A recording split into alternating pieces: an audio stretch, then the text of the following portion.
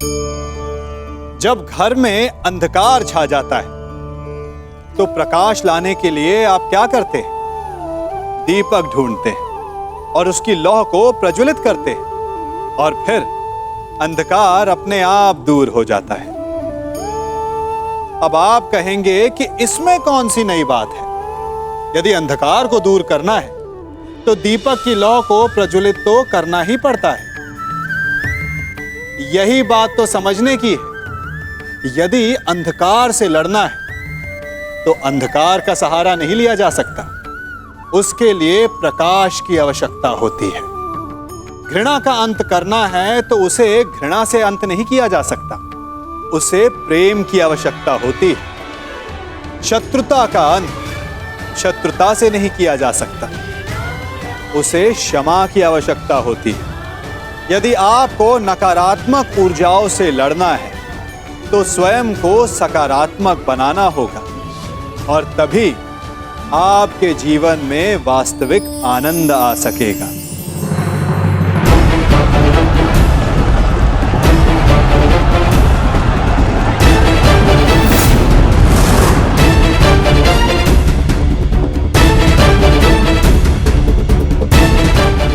मुझे पूर्ण विश्वास है मित्र, विजय कौरव सेना की ही होगी।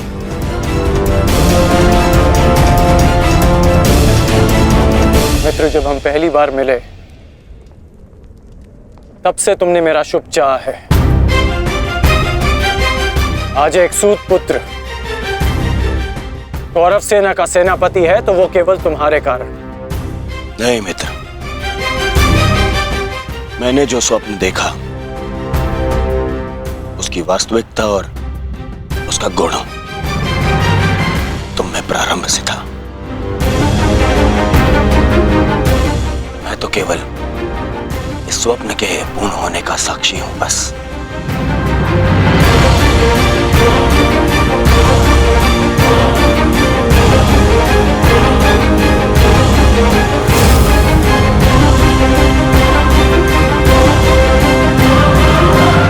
विजय हमारी होगी मित्र, विजय हमारी होगी।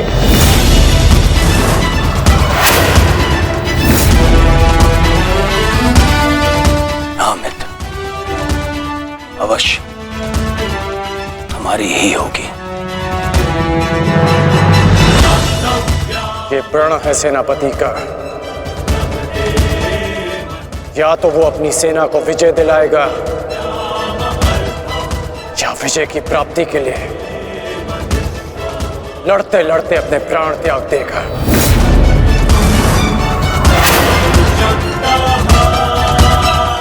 या तो हम विजय होंगे और या वीर गति को प्राप्त होंगे। आगे बढ़ो मित्र, ये सेना अपने सेनापति के मार्गदर्शन के लिए तत्पर है। आओ।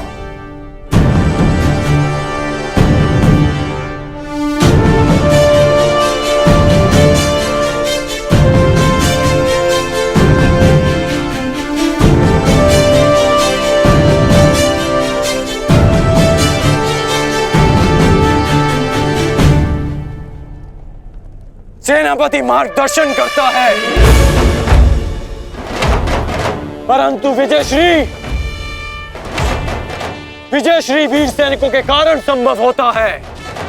आप सबके कारण संभव होता है। स्मरण रखना अपने उन वीर भाइयों को जो वीर गति को प्राप्त हुए, उनके बलिदान को स्मरण रखना और यह भी स्मरण रखना कि आप में से हर एक अपने साथी की सुरक्षा के लिए उत्तरदायी है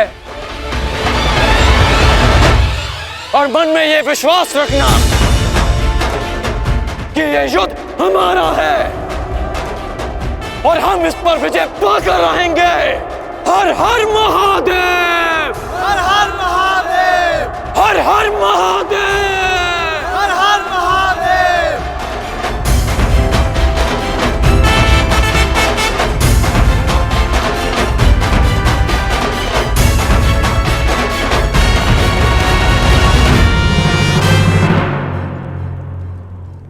दुर्योधन, गुरु द्रोण के वध के पश्चात कौरव सेना का मनोबल क्षीण है और इसका लाभ उठाकर भीम अवश्य अपनी प्रतिज्ञा पूर्ण करने का प्रयास करेगा। आज भीम की चिंता मुझे नहीं है। उचित कहा मित्र, उचित कहा। भीम को रोकना मेरा उत्तरदायित्व होगा और तुम्हारा लक्ष्य होगा अर्जुन। कर्ण मैं नहीं जानता कि आज तुम कौन सी शक्ति, कौन से शस्त्र का उपयोग करोगे, परंतु मुझे इतना पूर्ण विश्वास है कि तुम अपनी प्रतिज्ञा अवश्य पूर्ण करोगे।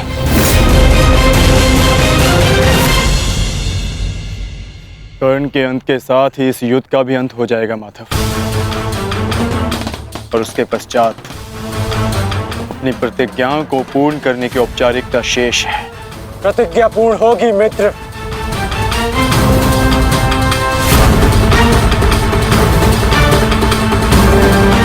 अभी भी मेरे पास एक अस्त्र शेष है जो अर्जुन का वध कर सकता है। किंतु कर्ण का अंत करना, उसका वध करना इतना सरल नहीं होगा पार्थ। कवच और शक्तियों के बिना भी वो योद्धा विकट है। आओ पार्थ, प्रस्थान करने का समय आ गया है।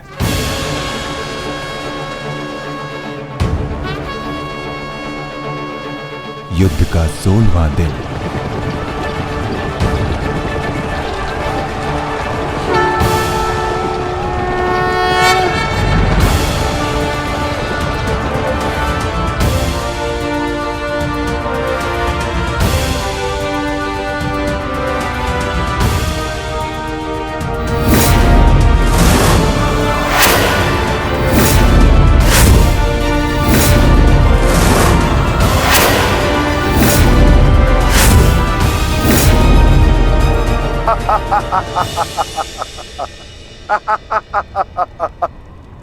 कौरव सेना की ये दशा देख मैं अपनी हंसी नहीं रोक पा रहा हूं। इन्होंने एक सूत पुत्र को सेनापति बना दिया। दुर्योधन, तुम्हारे इस निर्णय से मुझे तुम्हारी पराजय दिख रही है।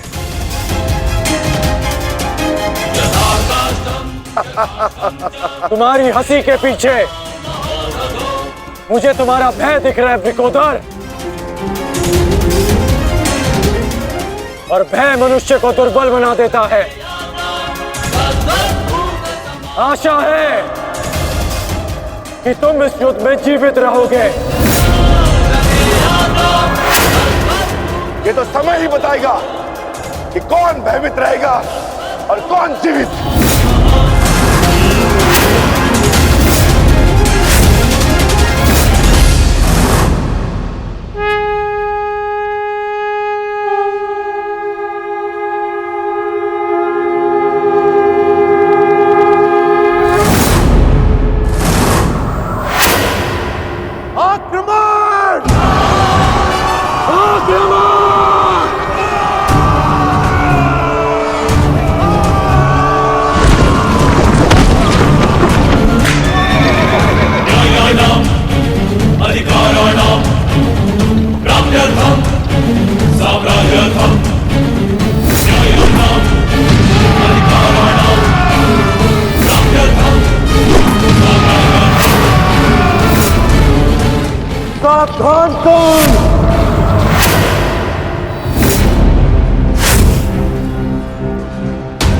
मैं जानता हूं कि तुम मुझे अर्जुन से दूर रखने का प्रयास करोगे युधिष्ठिर,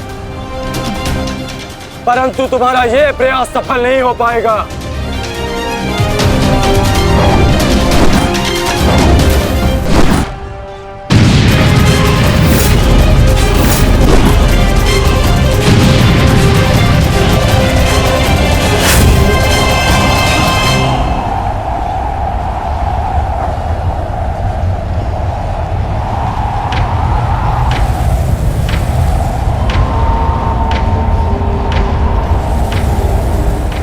मित्र,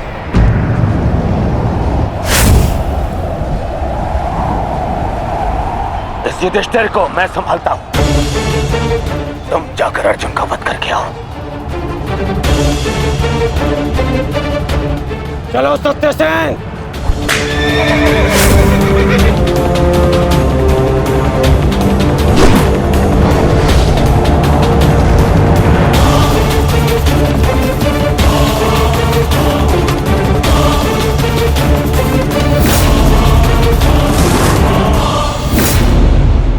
क्या हुआ दुर्योधन?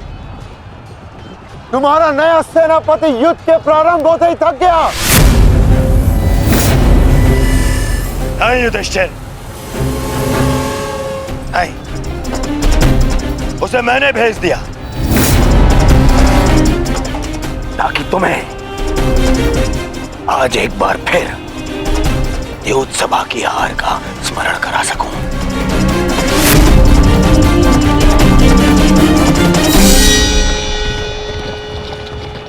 अंगराज, मुझे अर्जुन कहीं दिखाई नहीं दे रहे हैं।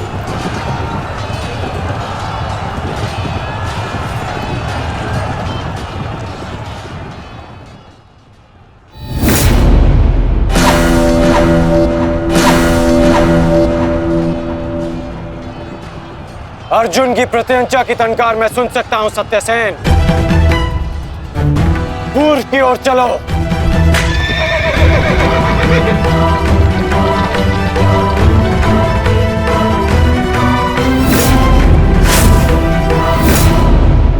छल, कपट और अनीति के इस पुतले वासुदेव के कारण ही अब तक तुम युद्ध में टिके हो अर्जुन। परंतु आज मैं इस छल और कपट का अंत करके ही रहूंगा। सावधान!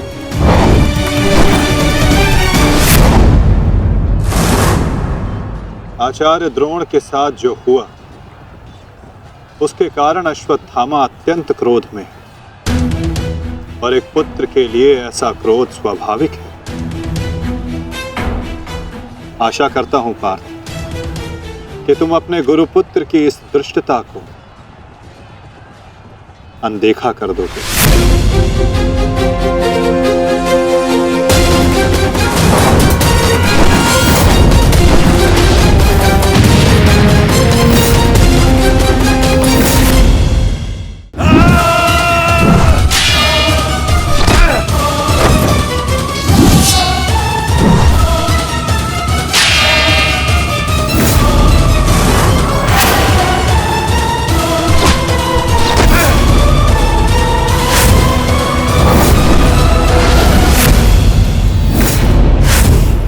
आपके जैसे कुशल राजा के होते हुए उस सूतपुत्र कर्ण को कौरवों का सेनापति बना दिया गया और आप देखते ही रह गए। क्या अब यही शेष रह गया है एक मध्यराज के जीवन में कि वो एक सूतपुत्र के निर्देश का पालन करे?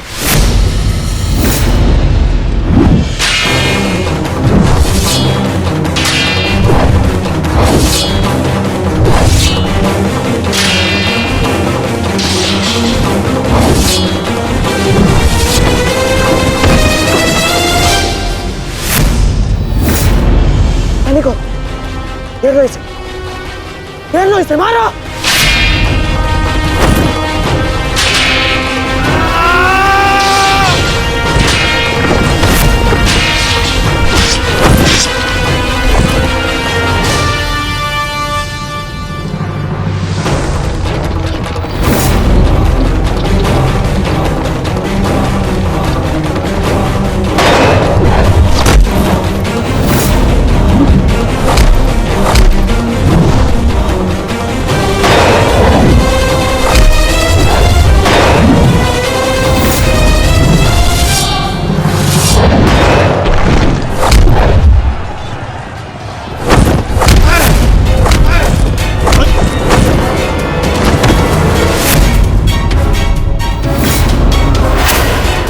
अट्ठास करना है ना दुशासन, ये वृकोदर भीम तुम्हें अवसर देगा। अट्ठास होगा युद्ध भूमि में, परंतु मृत्यु का जो मृत्यु तुम्हारे और तुम्हारे भाइयों के शव पर खड़ी होकर अठास करेगी। 90 अब तक 90 कौरों का रक्त मैं अपनी गदा को पिला चुका हूं। आज शेष कौरों की बारी है।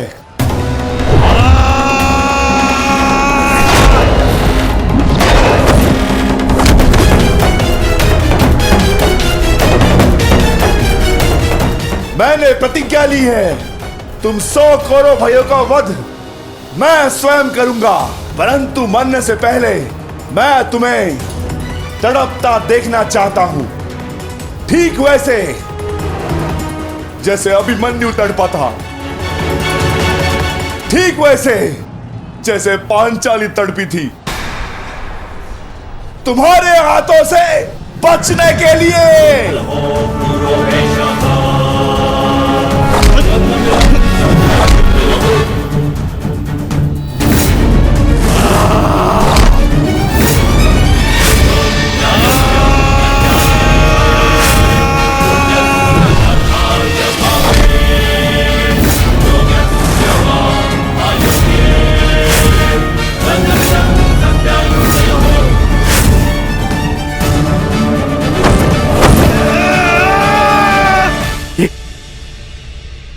ये क्या हुआ संजय?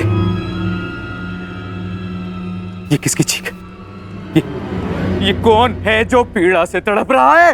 भीम और दुशासन के मध्य महायुद्ध हो रहा है महाराज।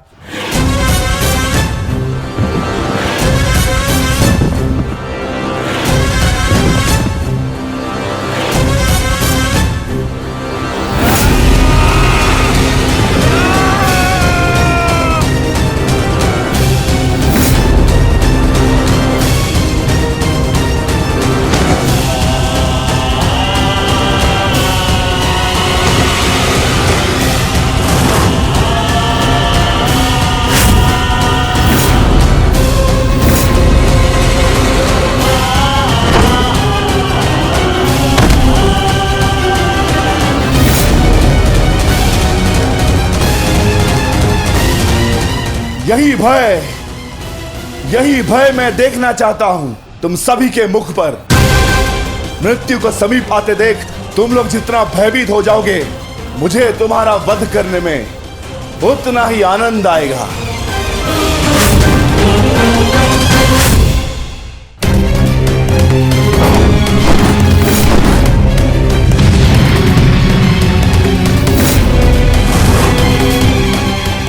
बस माना, बहुत हो गया। अश्वत्थामा का समय निकट आ गया है।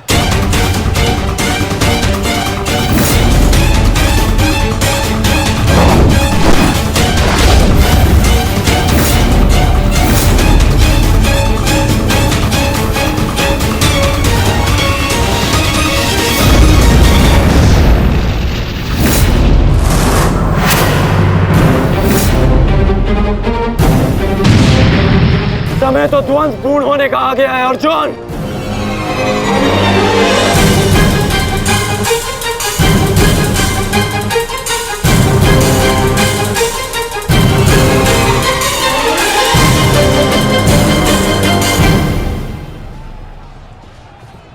जब दो योद्धा युद्ध कर रहे हों तो पीछे से आक्रमण करना न केवल कायरता है, अपितु नियम का उल्लंघन भी है अंगराज।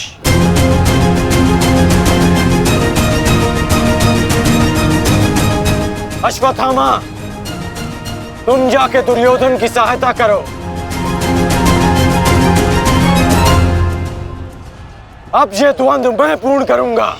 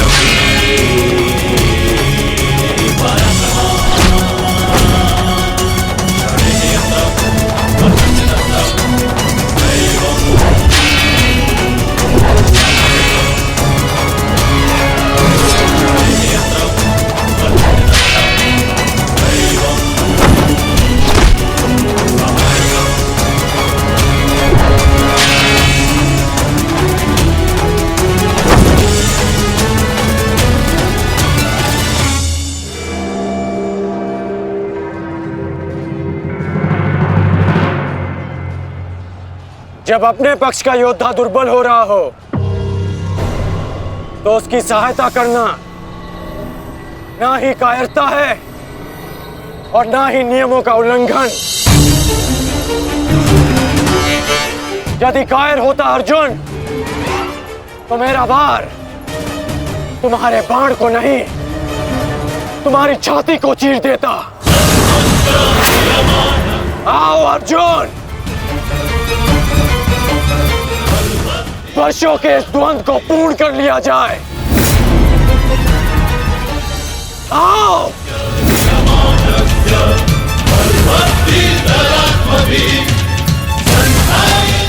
पार्थ, अंगराज की ये इच्छा पूर्ण करो।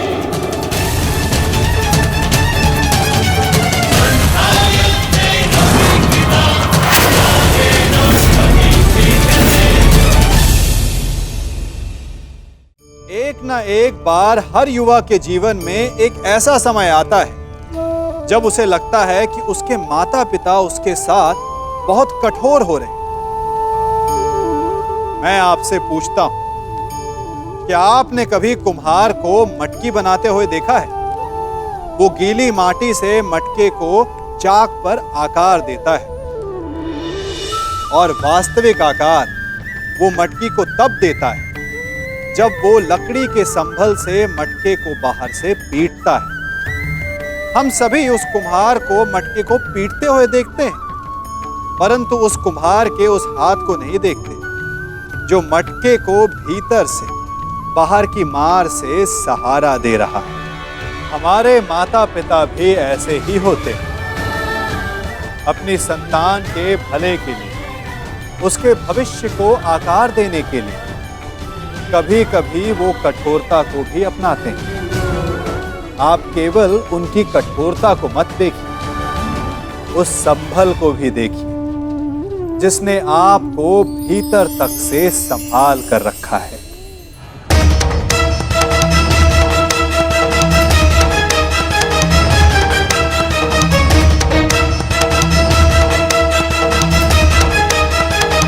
उठो दुशासन, उठो। बच सकते हो तो बचो मुझसे।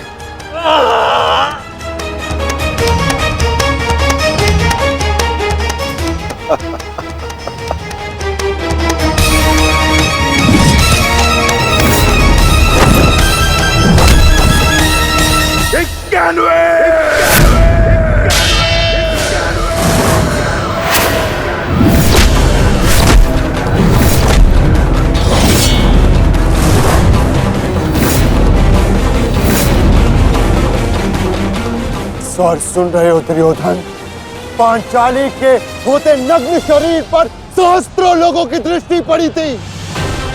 100 का वध तो बहुत कम मूल्य है। उस अपमान का 92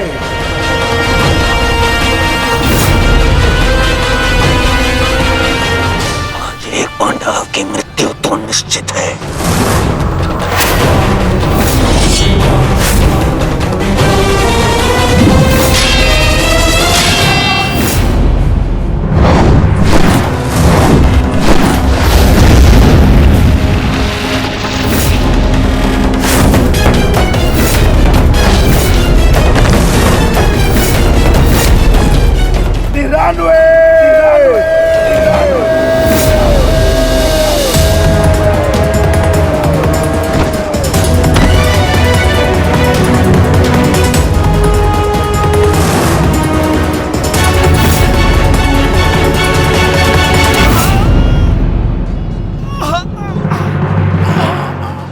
दुशासन, अब तुम्हारे केवल 5 भाई शेष है।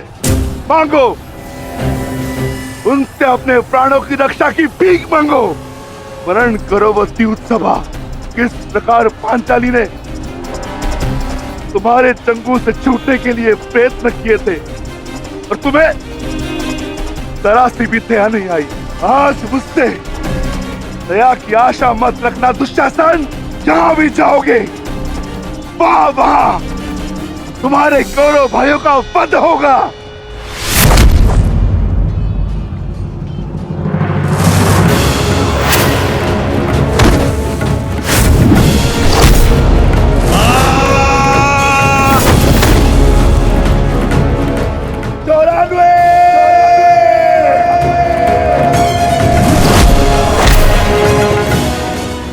97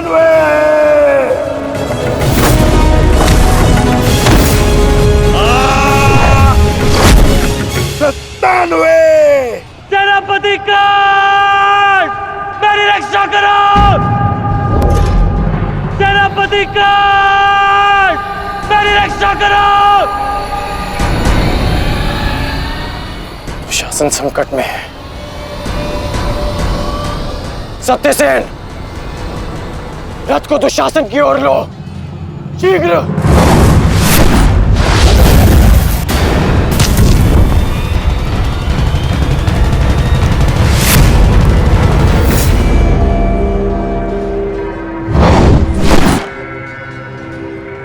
आज नहीं अंगराज, कुछ समय पहले ही तुमने मुझे द्वंद के लिए चुनौती दी है और अब इस द्वंद को छोड़कर जा रहे हो। तुम्हारा वध करना मेरी प्रतिज्ञा है अर्जुन, और दुशासन की सुरक्षा मेरा कर्तव्य है। मेरी प्रतिज्ञा प्रतीक्षा कर सकती है, किंतु मेरा कर्तव्य नहीं। तुम जा सकते हो अंगराज, इस द्वंद को समाप्त करो और चले जाओ, किंतु इससे पूर्व ना तुम यहां से जा सकते हो और ना ही मैं तुम्हें यहां से जाने दूंगा। तो ठीक है अर्जुन, चलो आज इस द्वंद को समाप्त करें।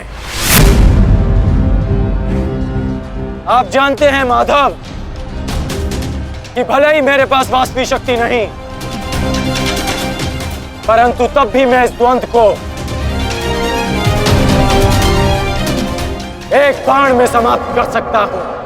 मैं आपको वचन देता हूं कि युद्ध के दौरान मेरा आह्वान करने पर मैं आपके बाण पर बैठूंगा, और जिस शत्रु पर भी आप मेरा संधान करेंगे वो जीवित नहीं रहेगा।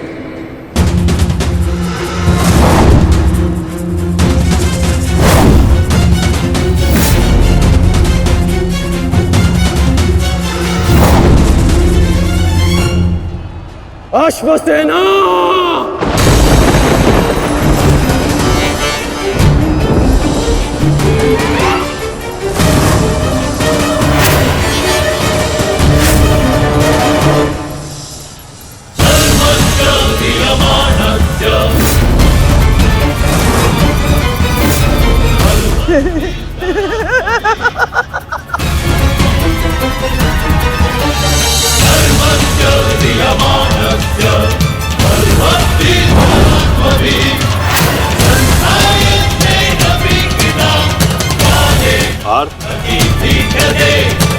नागराज तक्षक के सेनापति अश्वसेन बाण पर बैठकर प्रहार करने वाले अपना प्रतिशोध पूर्ण करने के लिए पांडव प्रस्थ के दहन के प्रतिकार के लिए सावधान रहना पार्थ।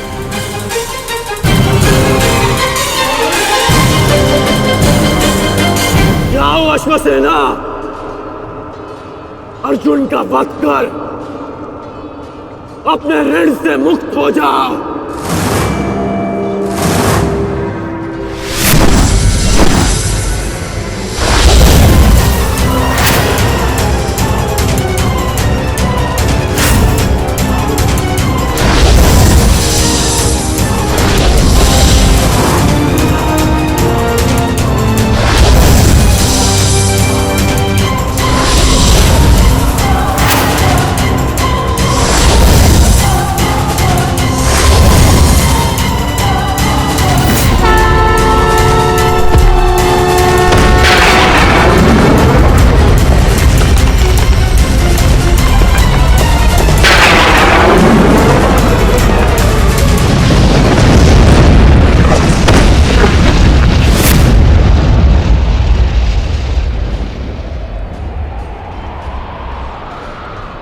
माधव, ये मेरे प्रहार की हार नहीं है,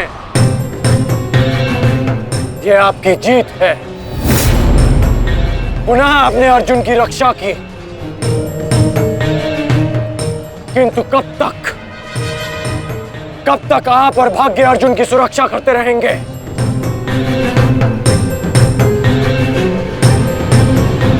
पार्थ,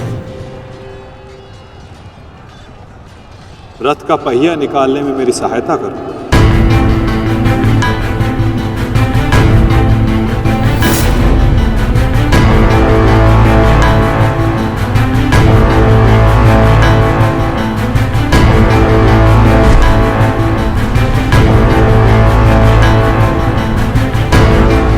प्रहार कीजिए अंगराज, यही अवसर है।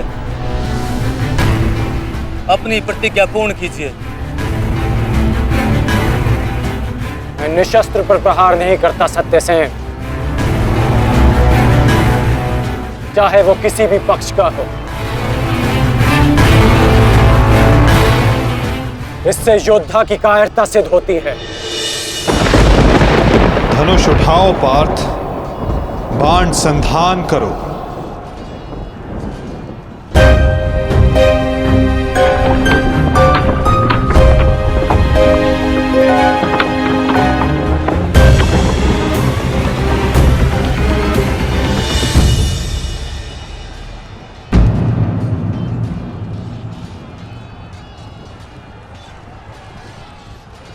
कर्ण विकोदर भीम को रोकने गए हैं पार्थ। शीघ्रता की कीमत, हमें कर्ण को रोकना होगा। अंगराज, कर्ण को रोकने के लिए हमें उनके पीछे जाने की आवश्यकता नहीं है पार्थ। यदि उनको रोकना है तो हमें किसी और के पीछे जाना होगा। 98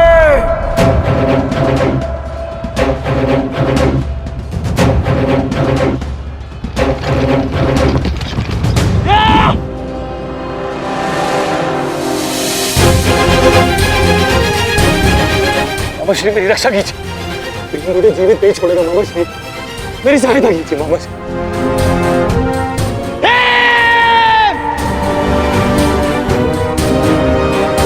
दुशासन,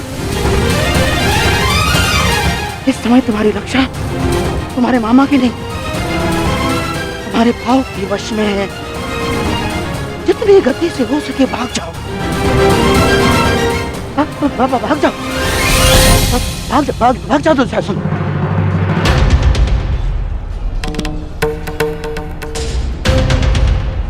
मैं कहता हूँ रुक जाओ भीम।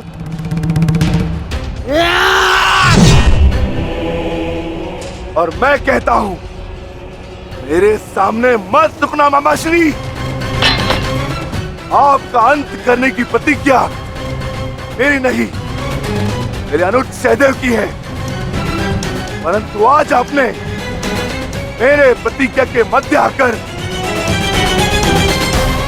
मेरे हाथों से अपना अंत निश्चित करवा लिया है।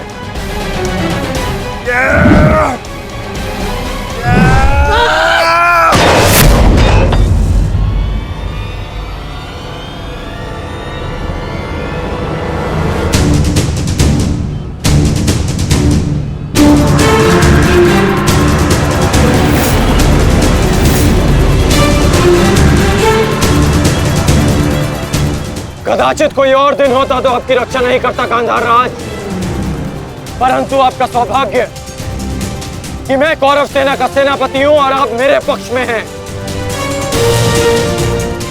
और अपने पक्ष के योद्धा की सुरक्षा करना मेरा कर्तव्य है। अब जाइए यहां से।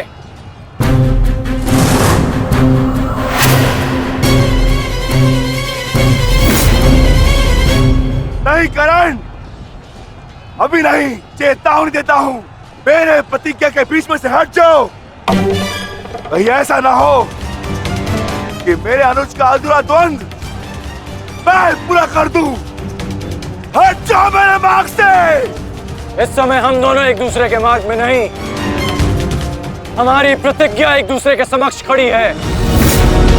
तुम्हारी प्रतिज्ञा है कि तुम कौरवों का नाश करोगे, और मेरी प्रतिज्ञा है कि मैं उनकी सुरक्षा करूंगा।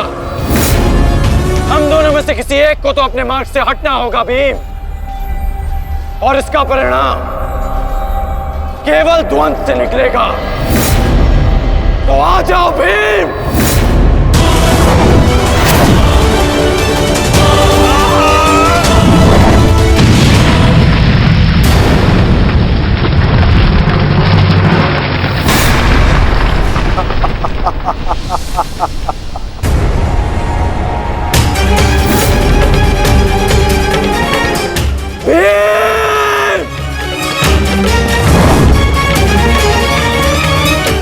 वचन देता हूं कि अर्जुन के अतिरिक्त आपके किसी पुत्र का वध नहीं करूंगा मैं।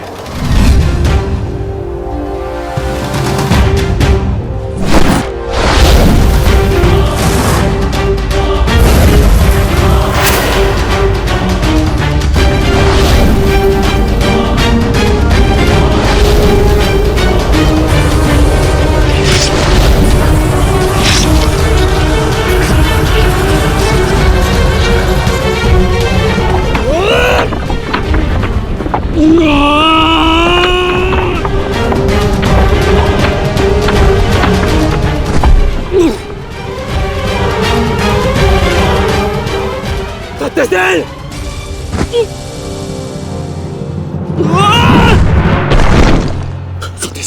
सत्यसेन!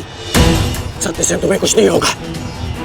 तुम चिंता मत करो, मैं तुम्हें सुरक्षित स्थान पर लेकर चलता हूँ। चलो। नहीं अंगराज, अब आप अंगराज कर्ण नहीं, सेनापति कर्ण है। आपका उत्तरदायित्व है समस्त कौरवों की सुरक्षा। मैं तो एक साधारण सा सारथी हूँ। मेरी रक्षा के लिए समस्त कौरवों के प्राण संकट में न डालिए। युवराज दुर्योधन के पास जाइए, अर्जुन उसी ओर गए हैं।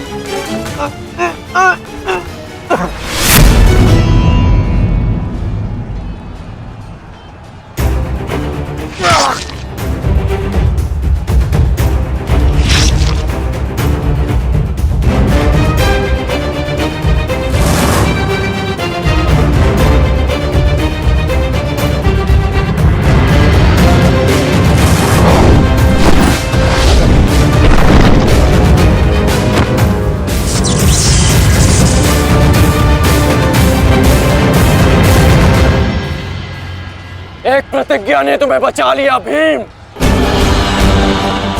इस पाश से बाहर निकलने का जितना प्रयास करोगे वो तुम्हें उतना ही जकड़ेगा। अपने प्राण बचाना चाहते हो तो अधिक प्रयास मत करना, अन्यथा दम घुटने से अपने प्राण खो बैठोगे।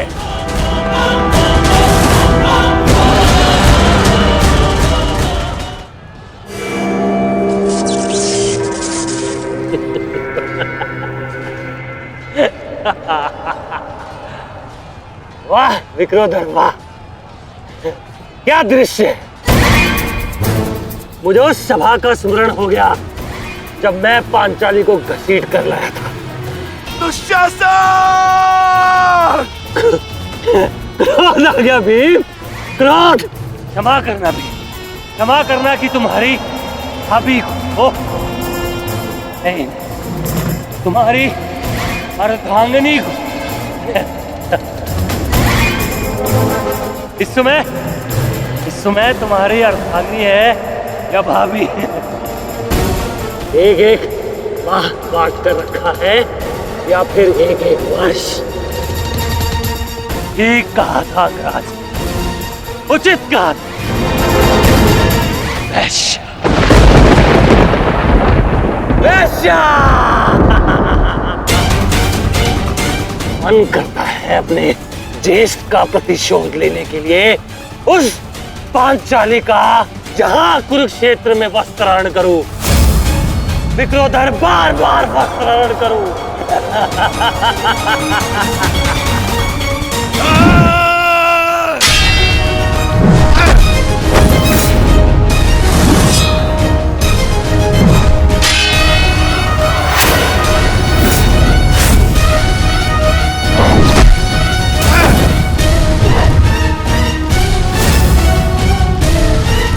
अपने अनुजों की मृत्यु का प्रतिकार लूंगा मैं।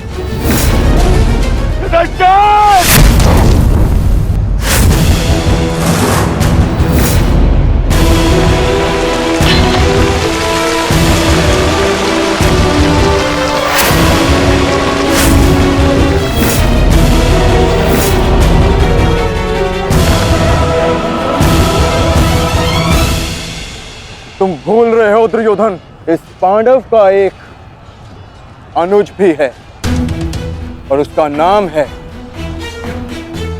अर्जुन।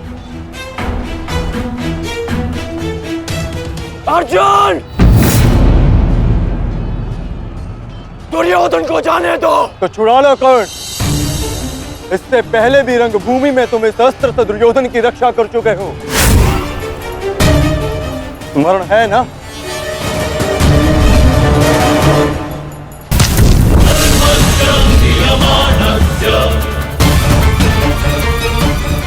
किंतु आज इसकी रक्षा कोई नहीं कर पाएगा और तुम्हारे बाणों को मैं इसकी रक्षा करने नहीं दूंगा।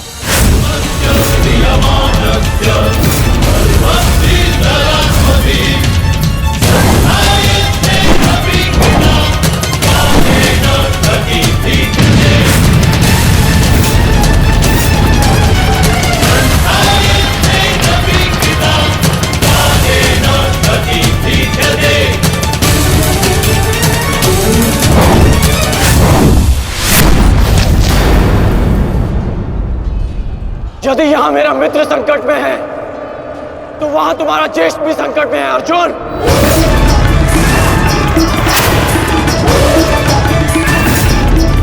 अब निर्णय तुम्हारा है। अपने ज्येष्ठ के प्राण बचाओ या उसके दम घुटने की प्रतीक्षा करो। क्या करोगे अर्जुन? सेनापति का मेरी रक्षा करो।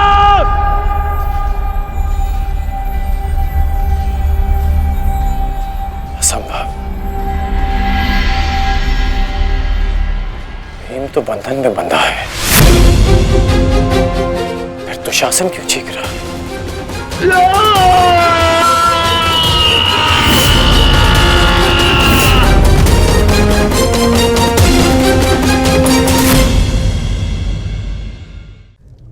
आप जानते हैं कि मैं क्या कर रहा हूं?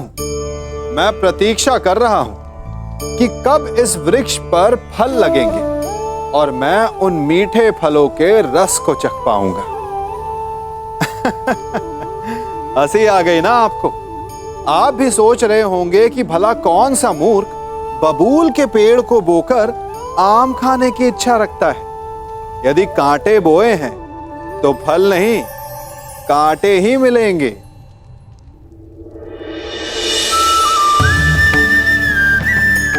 देखा, रक्त बह गया। ठीक ऐसा ही हमारे कर्मों के साथ होता है। हमारे बुरे कर्मों का फल कभी शुभ नहीं हो सकता। जो हाथ अस्मिता लूटने को आगे बढ़ेंगे उन हाथों को कटना होगा। जो दृष्टि बुरी बनकर स्त्री पर पड़ेगी उन्हें अनजान नहीं रक्त के अश्रु भोगने होंगे। जिसने अपने जीवन में छल किया उसे अपने ही छल के भार तले दब कर मिट जाना होगा। समय रहते जिसकी आंखें नहीं खुली, समय उसकी आंखें बंद कर देता है। यदि यहां मेरा मित्र संकट में है तो वहां तुम्हारा ज्येष्ठ भी संकट में है अर्जुन। अब निर्णय तुम्हारा है। अपने ज्येष्ठ के प्राण बचाओ या उसके दम घुटने की प्रतीक्षा करो। सेनापति का मेरी रक्षा करो।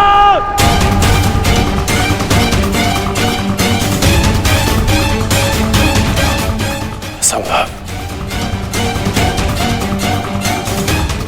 भीम तो बंधन में बंधा है, फिर तो शासन क्यों चीख रहा है?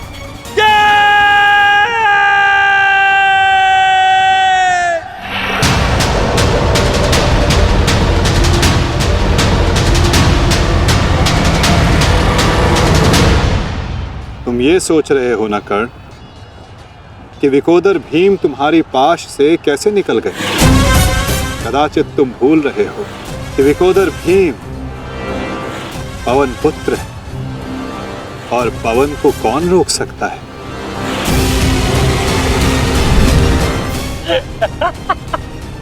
वाह रे वाह कुंती पुत्र हो, पवन पुत्र। बस इतना ही बल है तुमने। बुलाओ बुलाओ अपने भाइयों को यहाँ।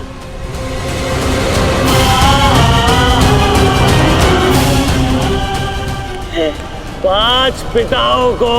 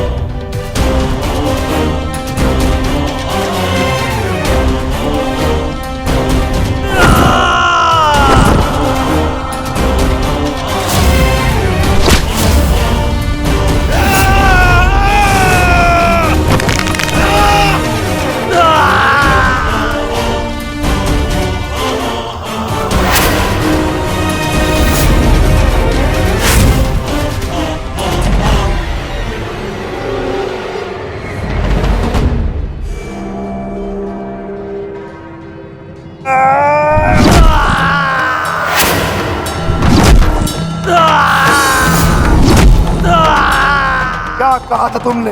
आज फिर से पांचाली का वस्त्रण करेगा?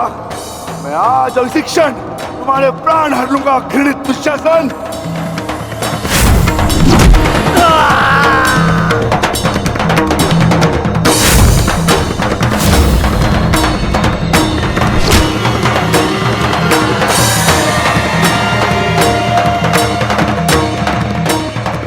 इसी भांति तुम पांचाली के केश पकड़कर युद्ध सभा में लाए थे ना?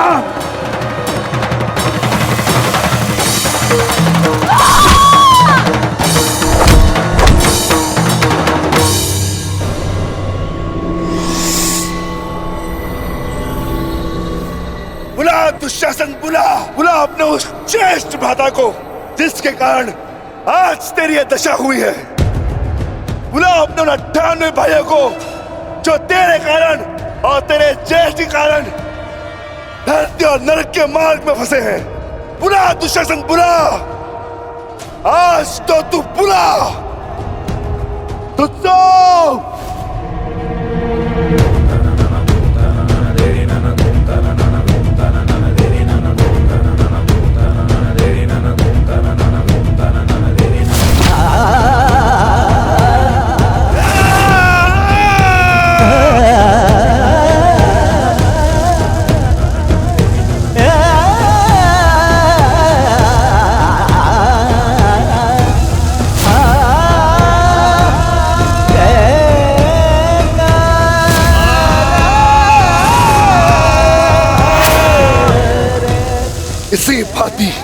तुमने पांचाली के केश पकड़कर उसे खींचना था ना। चल दुशासन।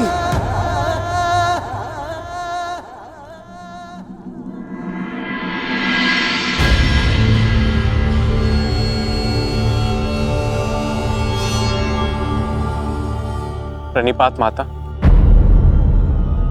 पिताश्री ने आपको कुरुक्षेत्र में प्रस्तुत होने का आह्वान दिया। आशा करती हूँ वृकोदर, युद्ध समाप्त होने के पश्चात आपकी पत्नी पुनः अपने केश बांध सकेगी। मुझे विश्वास है पांचाली, इस आने वाले युद्ध में मैं वृकोदर भीम उस दुशासन की छाती फाड़कर उसके छाती के लहू से तुम्हारे केश खींच पाऊंगा।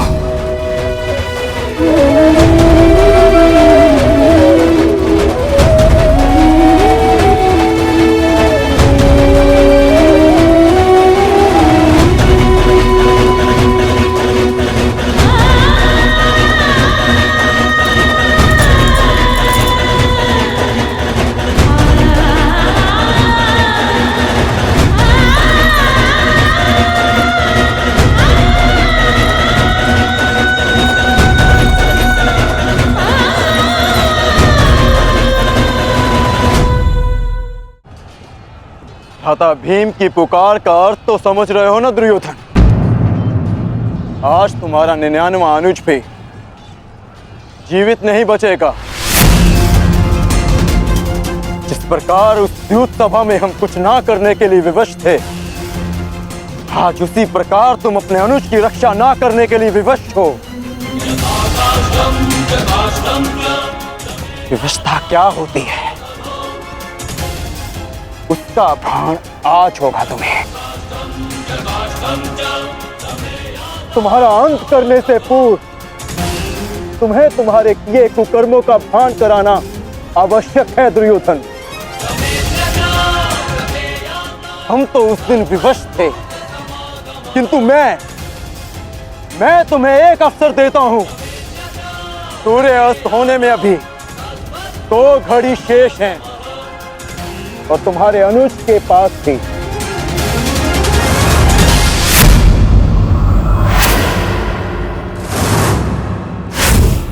जाओ, बचा सकते हो तो बचा लो अपने अनुज को।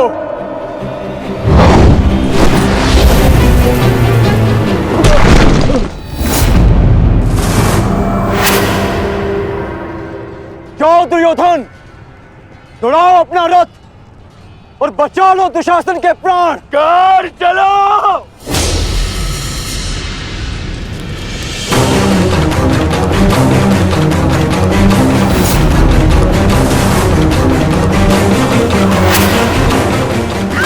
मान रखना कर, आज किसी के रथ का वेग भ्राता भीम के प्रहार से अधिक शक्तिशाली नहीं होगा। आज पांचाली के अपमान का प्रतिकार लेने से कोई नहीं रोक सकता भ्राता भीम को।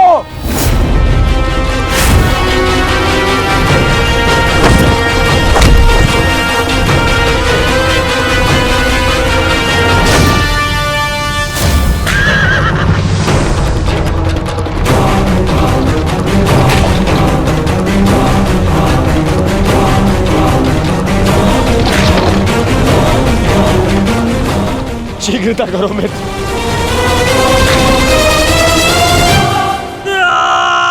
चीखो दुशासन, चीखो। इतना चीखो कि अंधायुक्त तुम्हें सुन तो सके कि जिन्हें द्रौपदी का क्रंदन दिखाई ना दिया उन्हें तेरा ये रुदन सुनाई तो दे। चीखो दुशासन कि संसार को संदेश मिले कि क्यों किसी स्त्री का अपमान नहीं करना चाहिए। एक नारी के टूटे हुए दर्प के टुकड़े जब छाती में चुभते हैं तो कैसा लगता है। गति बढ़ाओ मित्र, मेरा अनुज संकट में है।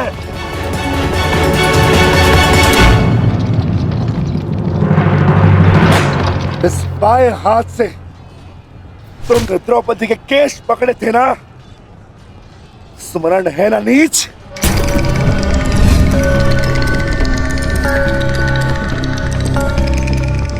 तुमने पांचाली का नहीं, समस्त नारी जाति का अपमान किया है। आपको तुम्हारे धड़ पर रहने का कोई अधिकार नहीं।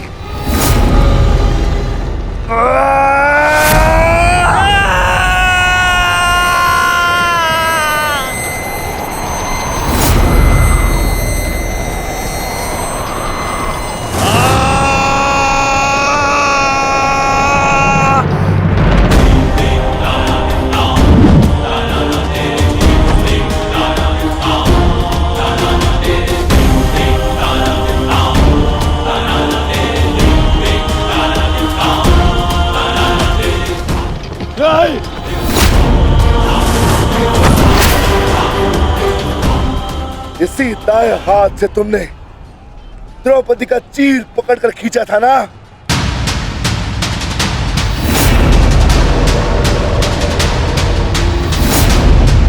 अब चीर क्या, तुम लीर भी नहीं खींच पाओगे।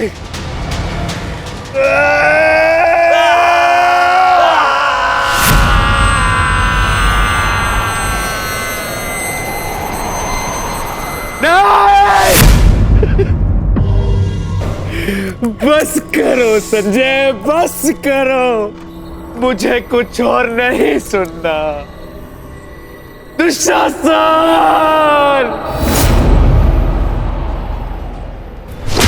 इसी छाती को पीट पीट कर तुमने पुरुषार्थ का ढोल पीटा था ना? अपने पुरुष होने का दम भरा था ना? अब मैं पीटता हूं तुम्हारी छाती।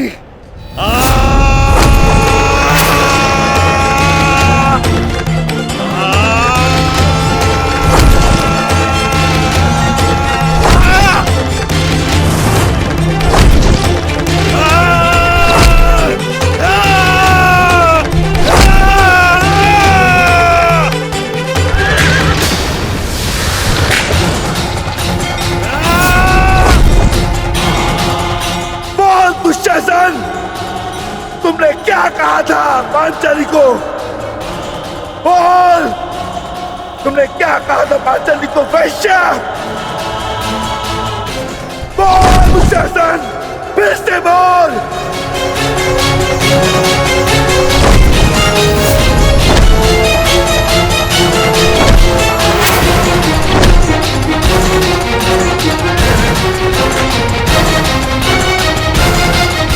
बोल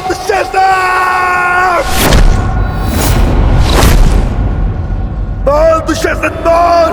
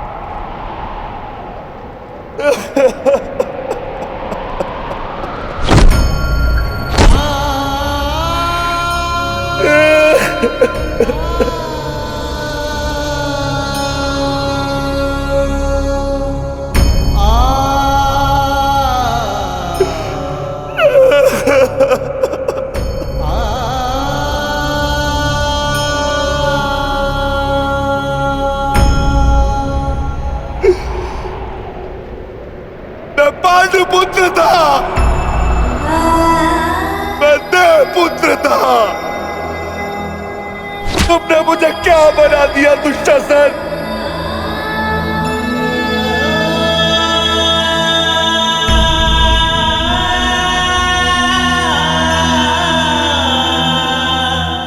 तुमने मुझे पशु बना दिया, तुमने मुझे एक राक्षस बना दिया।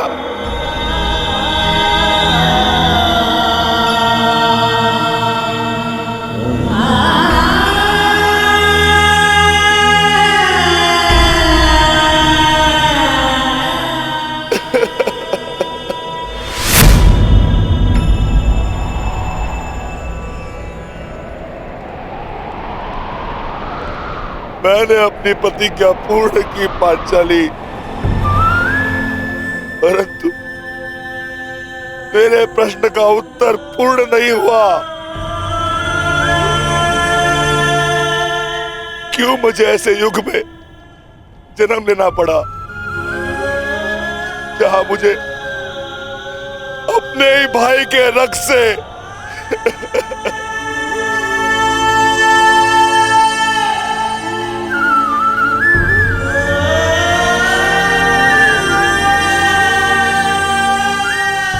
ऐसा क्यों हुआ पांचाली? ऐसा क्यों हुआ?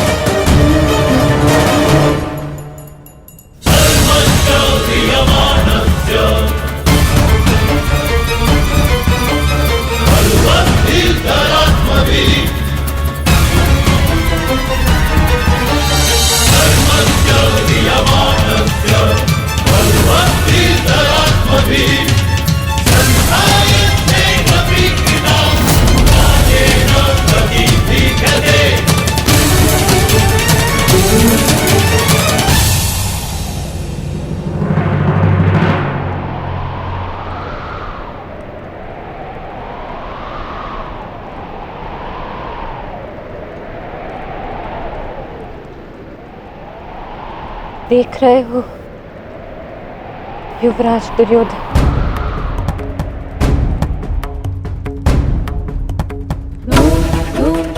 देख रहे हो अंगराज कर्ण, ये लहू, ये रक्त, ये 5 गांव ना देने का मूल्य नहीं।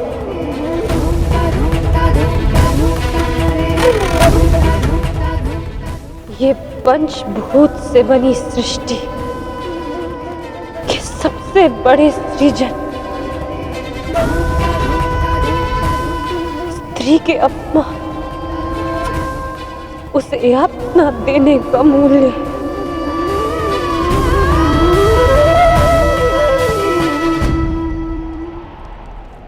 एक स्त्री,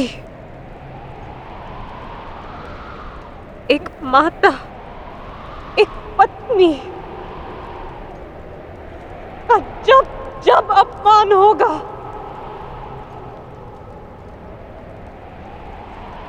तब तब ऐसा दृश्य दोहराया जाएगा।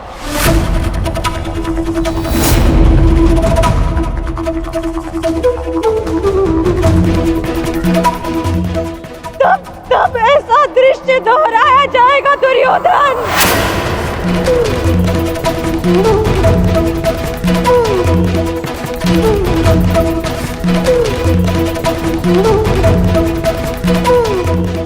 एक स्त्री को अश्रुओं से स्नान कराने का मूल्य रक्त स्नान से चुकाया जाएगा।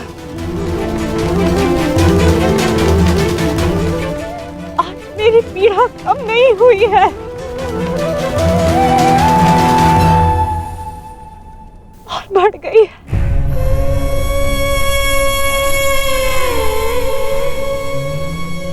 इस संसार में किसी को भी द्रौपदी जैसा भाग्य ना मिले, जिसे अपने ही कुल के सामने, अपने ही कुल के पुरुषों के हाथों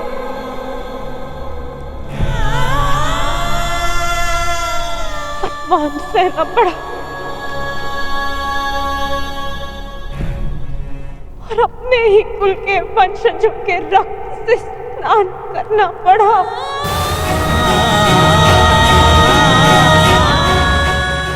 हे ईश्वर, इस संसार में किसी को भी द्रौपदी बनाकर जन्म मत देना।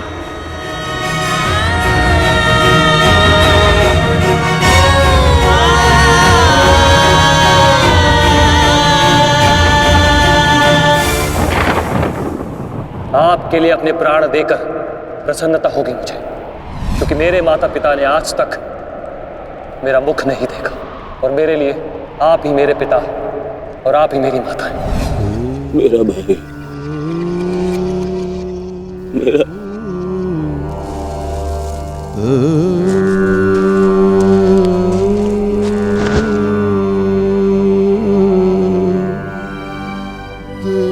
दुशासन,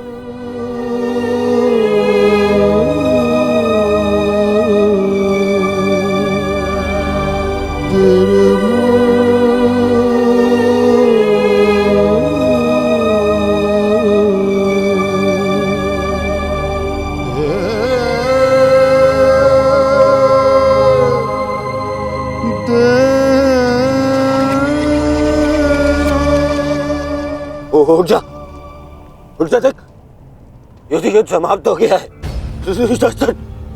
तेरी बुझाएं, तेरी बुझाओं के बल के सहारे ही तो मुझे संसार पर राज्य करना था।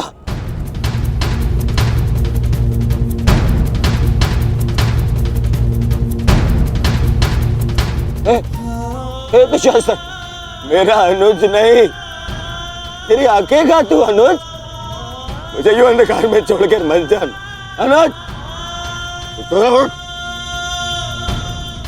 मैं हमारे पिता के भांति अंधा हो जाऊंगा, अंधा हो जाऊंगा। चलो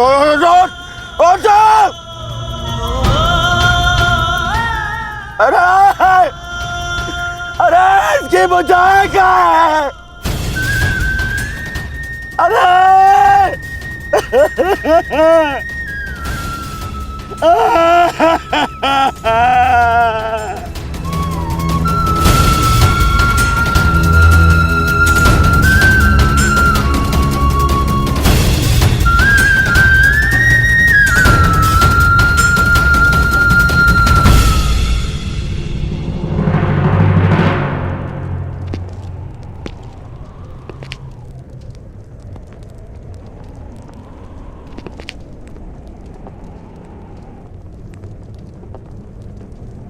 कदाचित तुमने अपने अनुज दुशासन की भुजाओं के बल से ये संसार जीतना चाहा होता दुर्योधन।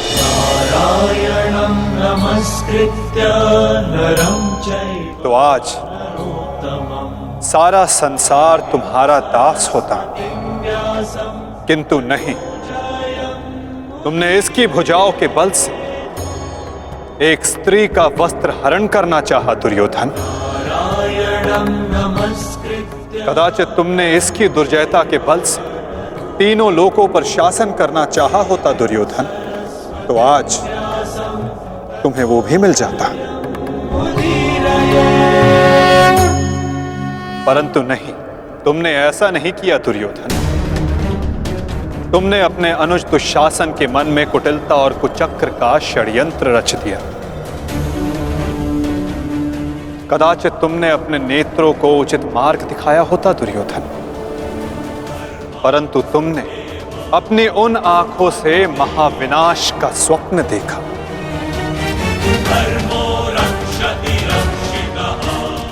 स्मरण रहे दुर्योधन, नियति, धरती और प्रकृति, ये तीनों स्त्री हैं, और जब जब स्त्री का अपमान होगा, नियति पुरुष के विरुद्ध होगी।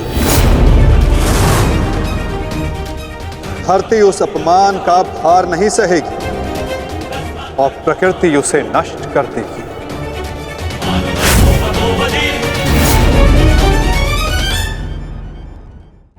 क्यों खेला तुमने जुआ दुर्योधन? क्या तुम्हारे अनुजों में, क्या तुम में पुरुषार्थ कम था जो द्यूत खेलने की आवश्यकता पड़ी?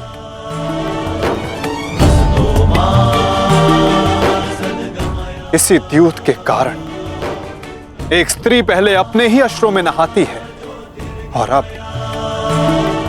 अपनों के ही रक्त से।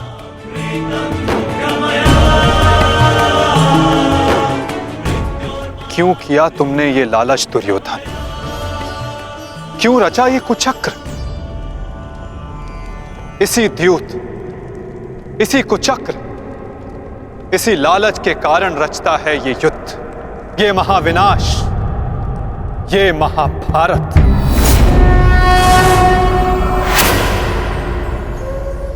क्यों आज एक भ्राता को अपने ही अनुज के रक्त को पीना पड़ा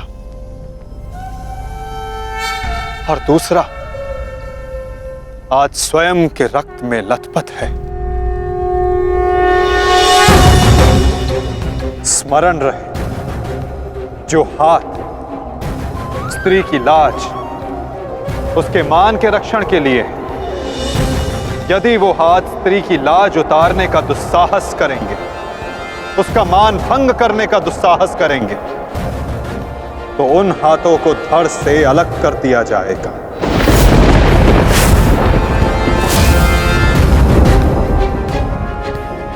जो वस्त्र हरण करेंगे उनका प्राण हरण होगा। जब जब किसी की आंखें अनुचित होता देखना स्वीकार करेंगी, तब तब उन आंखों को बंद होना होगा।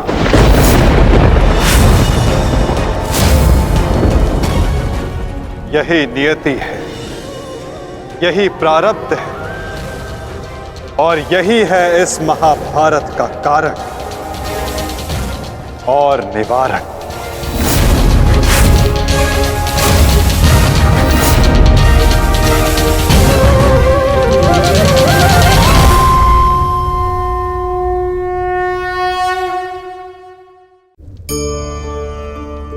इन भिन्न भिन्न प्रकार के पात्रों को देख रहे हैं आप? क्या आप बता सकते हैं कि इन पात्रों में क्या रखा है?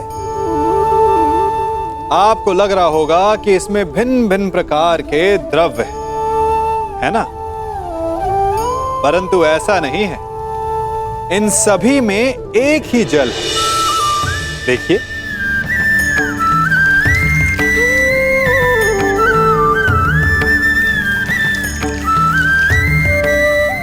परंतु ये भिन्न भिन्न लगते हैं क्योंकि जिसमें ये जल रखा है उसके रंग को परिभाषित करता है। अब यूं समझिए कि इस पात्र में रखा जल हम हैं और ये पात्र वो संगति है जिसमें हम रहते हैं। हमारी संगति के गुण धर्म हमें, हमारे व्यक्तित्व को, हमारे संप्रेषण को बहुत प्रभावित करते हैं। इसलिए अपनी संगति पर जिनके साथ रह रहे हैं उन्हें चुनने में सावधानी बरतें, क्योंकि जल को अपना पात्र चुनने का अधिकार नहीं, किंतु हमें अपनी संगति चुनने का अधिकार अवश्य है। जो वस्त्र हरण करेंगे उनका प्राण हरण होगा। जब जब किसी की आंखें अनुचित होता देखना स्वीकार करेंगी, तब तब उन आंखों को बंद होना होगा। यही नियति है, यही प्रारब्ध है और यही है इस महाभारत का कारण और निवारण।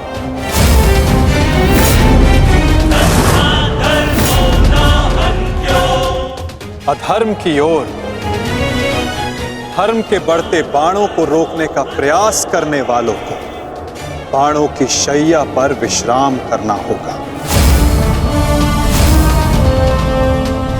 जो अधर्म की आज्ञा पर शीश झुकाएंगे, उन्हें स्वयं का शीश कटाना होगा।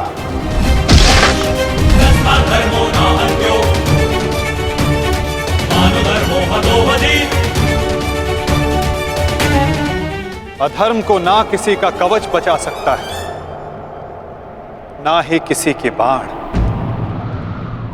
ऐसा कोई रथ नहीं जिस पर अधर्म चढ़कर अपने लक्ष्य तक पहुंच सके। ग्रास लेगी ये धरा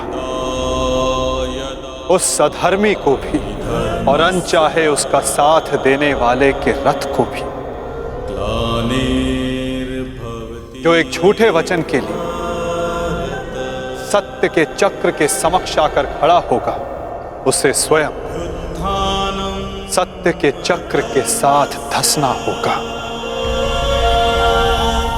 तदा मानं सृजाम्यहम्।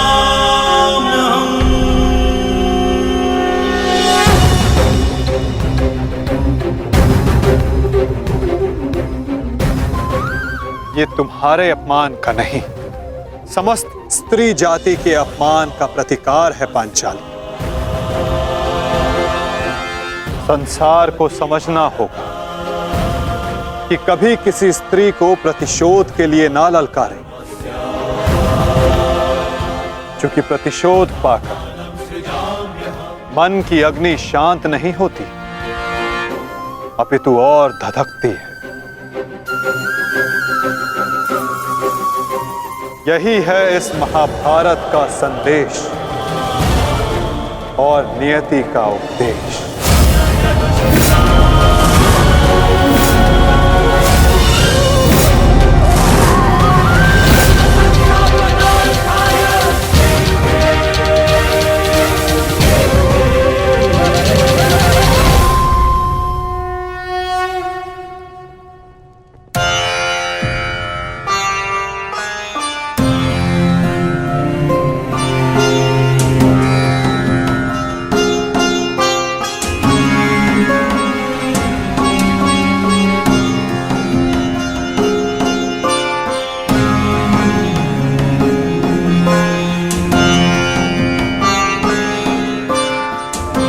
अपने आप को संभालो मित्र, एक योद्धा को रोकर विदा नहीं करते।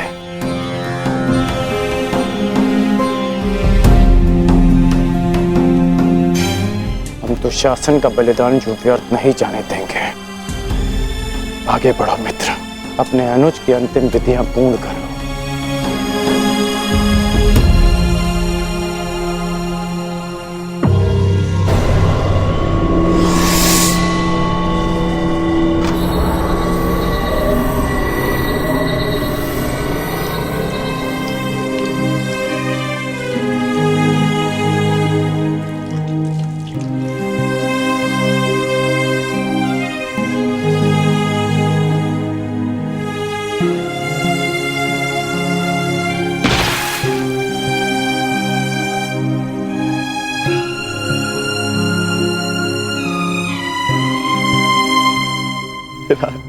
अच्छा प्रेहि प्रेहि पतिभिः पूर्वैर्भिः यत्रा ना पूर्वे पितरपर्युः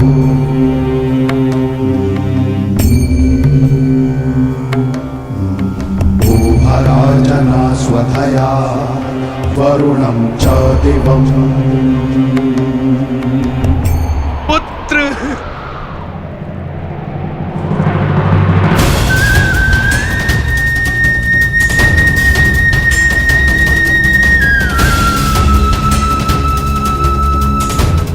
क्यों?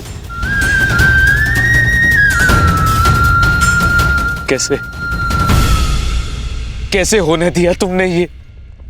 तुम्हारा अनुज तुम्हारा उत्तरदायित्व था, उसकी रक्षा कैसे ना कर पाए तुम?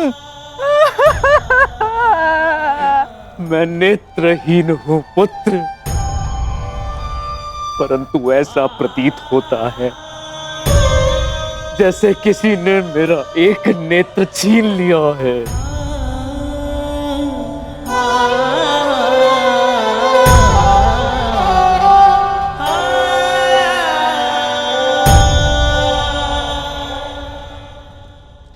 कहते हैं सर्वनाश उत्पन्न होने पर जो उसे आधा बचा ले पुत्र, वो ज्ञानी होता है पुत्र। मैं अपने 99 पुत्रों को तो खो चुकी हूँ, परंतु मैं अपना अंतिम पुत्र नहीं खोना चाहती, नहीं खोना चाहती।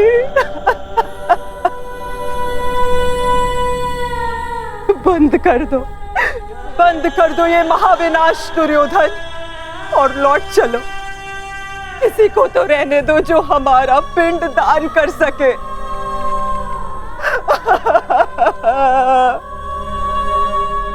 चलो पुत्र, लौट चलो। नहीं, अब इस युद्ध को रोका नहीं जा सकता। मैं इस युद्ध के ऐसे पड़ाव पर पहुंच चुका हूं जहां से पीछे लौटना संभव नहीं। ये दलदल या तो मुझे निगल जाएगा और या मैं इसे समाप्त कर दूंगा। अब या तो उन पांडवों का अंत होगा और या तो मेरा। नहीं, उससे पूर्व कदाचित ये युद्ध नहीं रोक सकता। अब ये युद्ध ना मुझे राज्य के लिए लड़ना है और ना ही सम्राट बनने के लिए। ये युद्ध करना है प्रतिकार के लिए। जिन पांडवों ने मेरे 99 भ्राताओं का वध किया, उनके वंश का समूल नाश करूंगा मैं।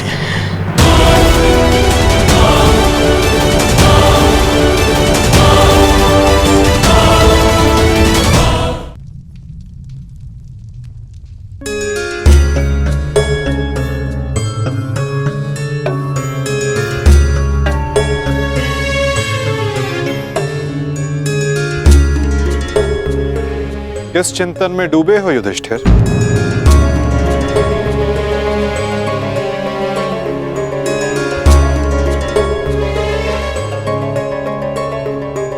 प्रणिपात वासुदेव।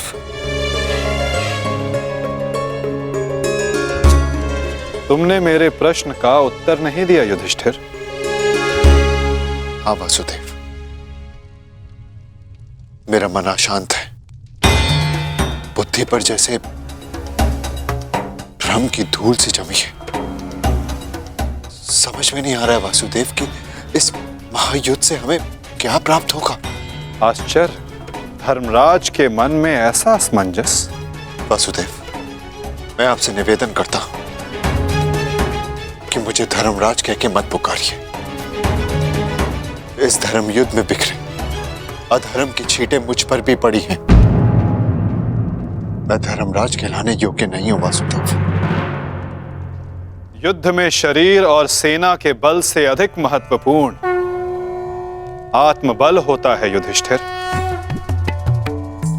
और इस प्रकार युद्ध के मध्य में सम्राट का मन दुर्बल पड़ जाए, ये उचित नहीं है।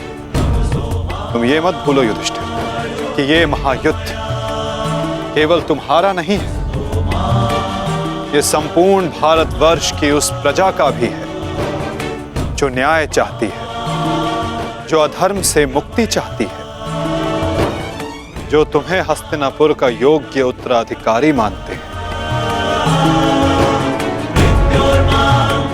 जो तुम में भारत का योग्य सम्राट देखते हैं।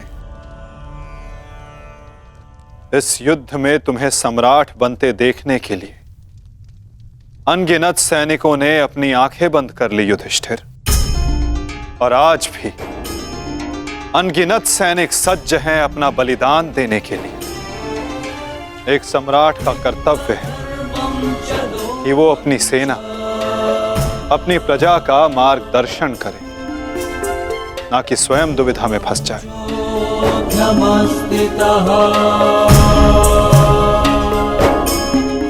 किंतु प्रश्न ये है कि सम्राट के मन में ये प्रश्न आया क्यों? कहीं सम्राट को ऐसा तो नहीं लगता कि उनके प्रिय अनुज महायोद्धा अर्जुन पूरे मनोयोग के साथ भाग नहीं ले रहे। कदाचित इसीलिए अंगराज अब तक युद्ध क्षेत्र में है। अंगराज का वध केवल अर्जुन के हाथों संभव है। यदि युद्ध भूमि में अर्जुन अंगराज का वध कर देते हैं तो अवश्य ये संभव है युधिष्ठिर।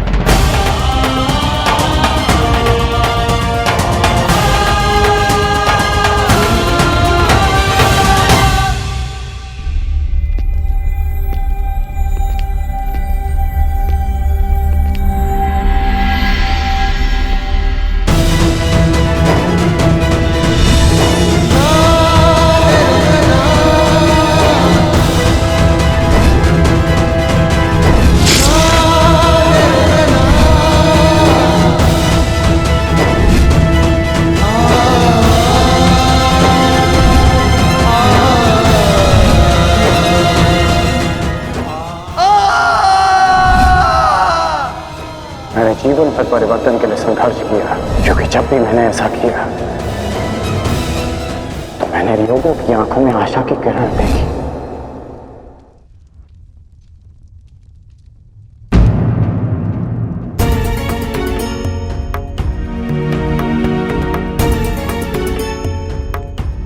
जिस परिवर्तन के लिए तुम लड़ रहे हो उसके लिए सबसे पूर्व तुम्हें सशक्त होना होगा कर्ण।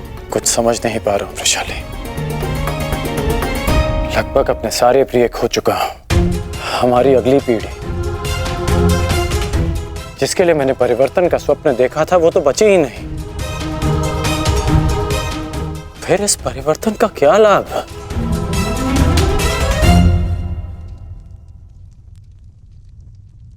तुमने जो जो सहा है मुझे उसका भान है कर्ण, परंतु कुछ नवीन पाने के लिए बलिदान करने ही पड़ते हैं। युद्ध में योद्धा वीर गति प्राप्त करता है ये भी जानते थे। धन की, प्राण की, अपनों की हानि होती है ये भी तुम जानते थे कर्ण। फिर आज ये उद्विग्नता क्यों? इस समय तुम कौरव सेना के सेनापति हो अंगराज, और तुम्हारी सेना को तुम्हारे मनोबल की आवश्यकता है। उन्हें एक सशक्त सेनापति चाहिए, ना कि एक टूटा हारा योद्धा। हम सबको तुम पे विश्वास है कर्ण, मुझे तुम पर विश्वास है। तुम ही हो कर्ण जो ये परिवर्तन ला सकते हो।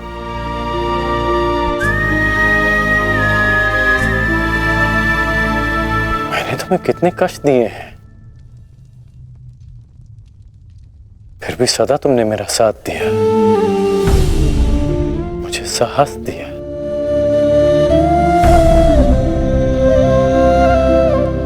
मैंने सदैव परिवर्तन चाहा है, उसमें विश्वास रखा है, पर आज स्वयं को संभाल नहीं पा रहा हूं मैं।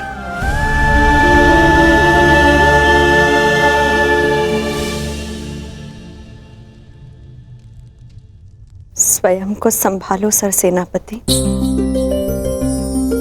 इस तरह टूटो मत, क्योंकि अगर तुम टूटे तो परिवर्तन का वो स्वप्न टूट जाएगा।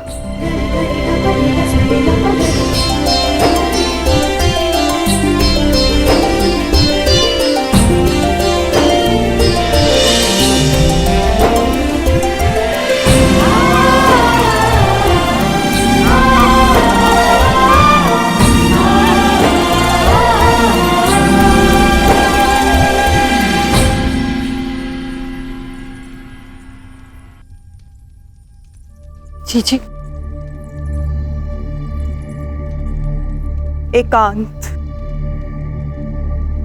जी मैं कुछ मत कहो कुंती, समय ने मुझे उस मोड़ पर लाकर खड़ा कर दिया है जिस मोड़ पर ना तो मेरे पास कुछ कहने के लिए है और ना ही सुनने के लिए। तुम्हें स्मरण है तुम्हें वो समय कुंती, जब हमारे हस्तिनापुर में हर्ष, खुशी, उल्लास और आनंद होता था। मुझे दंभ होता था कि मेरे कक्ष में 100 और तुम्हारे कक्ष में 5 दीपक हैं, परंतु आज मेरा ये कक्ष अंधकार में डूब गया है। एक एक करके इस अभागिन माता ने अपने 99 पुत्र खो दिए हैं। परमात्मा से 100 पुत्रों की माता होने का सौभाग्य पाकर भी आज मेरे दोनों हाथ खाली हैं। माता के आंसू तो अपने एक पुत्र के वियोग में सूख जाते हैं, परंतु मैं अभागिन गांधारी अपने 100 पुत्रों के विलाप के लिए अश्रु कहां से लाएगी कुंती? कहां से लाएगी?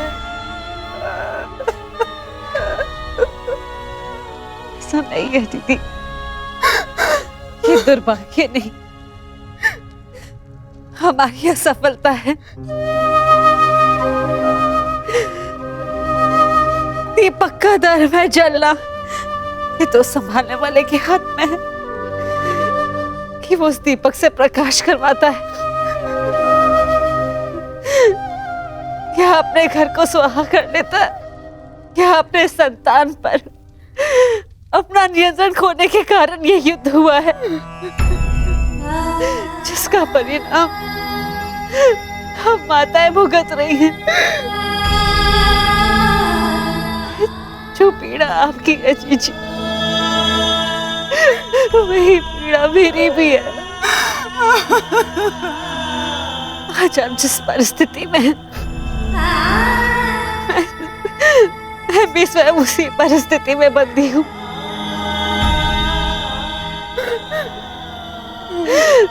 भाइयों को लड़ते देख कौन सी माता प्रश्न हो।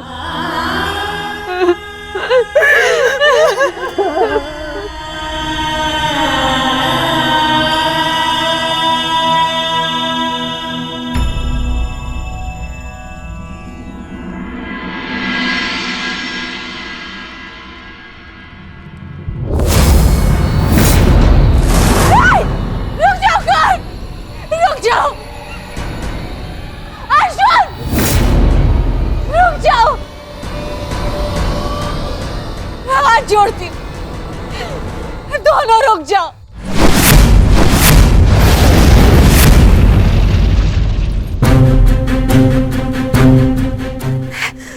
ऐसा नहीं होने दूंगी।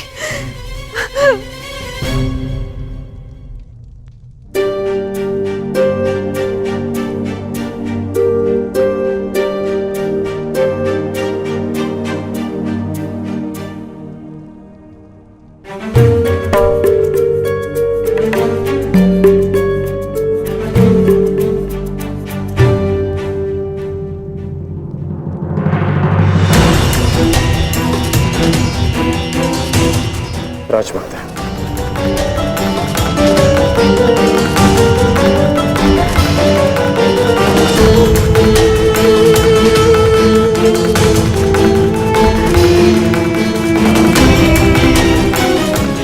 बड़ी बात राजमाता, ऐसा क्या हो गया कि आपको इस समय यहाँ आना पड़ा? कुछ शुभ शब्दों ने मेरे मन को व्याकुल कर दिया है। मैं समझ सकता हूँ, जिस माता के सारे पुत्र युद्ध पर हों, उस माता का मन व्याकुल होना स्वाभाविक है। बात ये नहीं,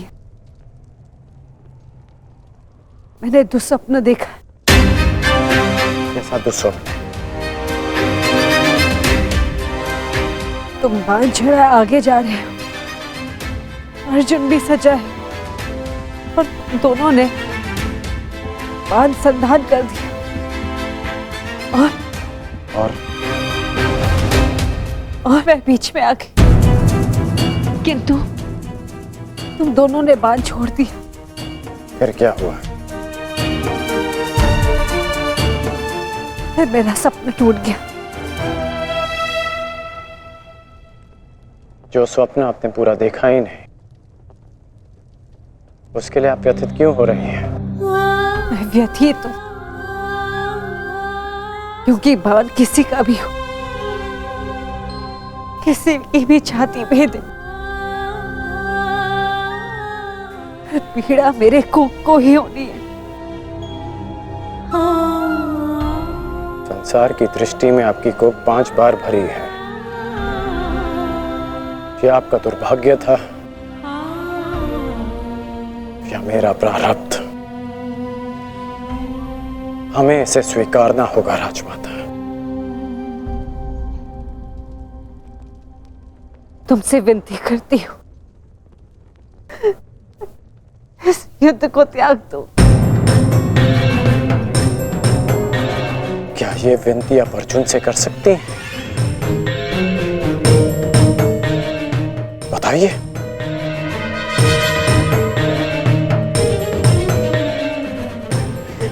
मैं विवश हूं, परंतु हम विवश नहीं हैं पुत्र।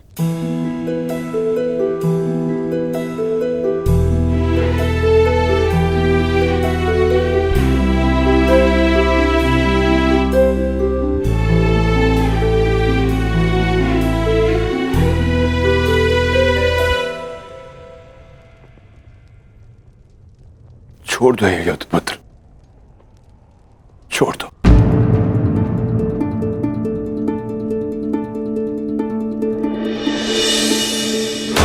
पिताश्री, आपके पिता के आदेश के साथ साथ हमारा आदेश भी सम्मिलित है पुत्र।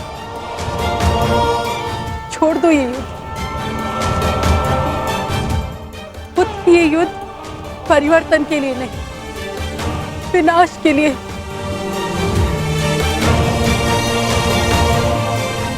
समझ लो कि हम अपने पालन पोषण के ऋण का मूल्य मांग रहे हैं तुमसे।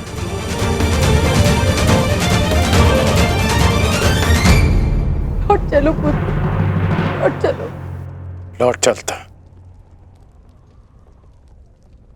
लौट चलता यदि मैं केवल राधेकरण होता।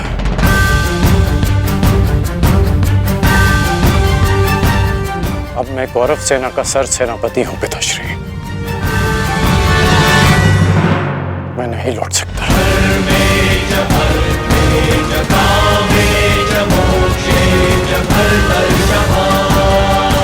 मेरा कर्तव्य है।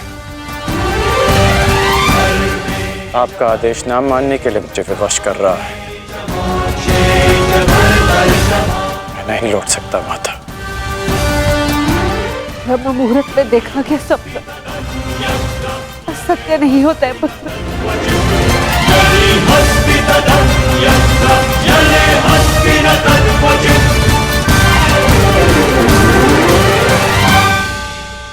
आपका स्वप्न टूटा है राजमाता, परंतु मेरा वचन नहीं टूटेगा।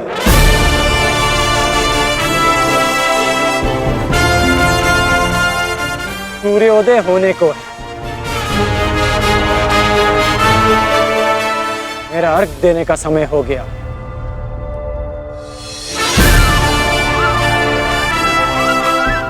आज्ञा दीजिए। प्रणिपात।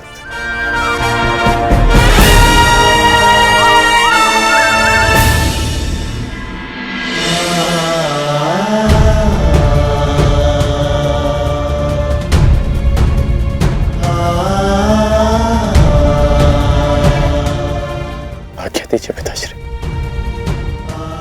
आयुष्मान भव।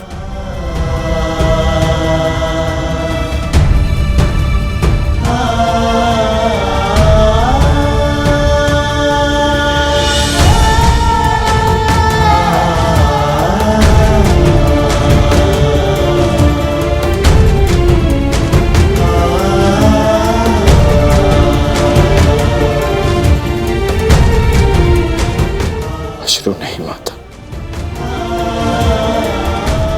चलता।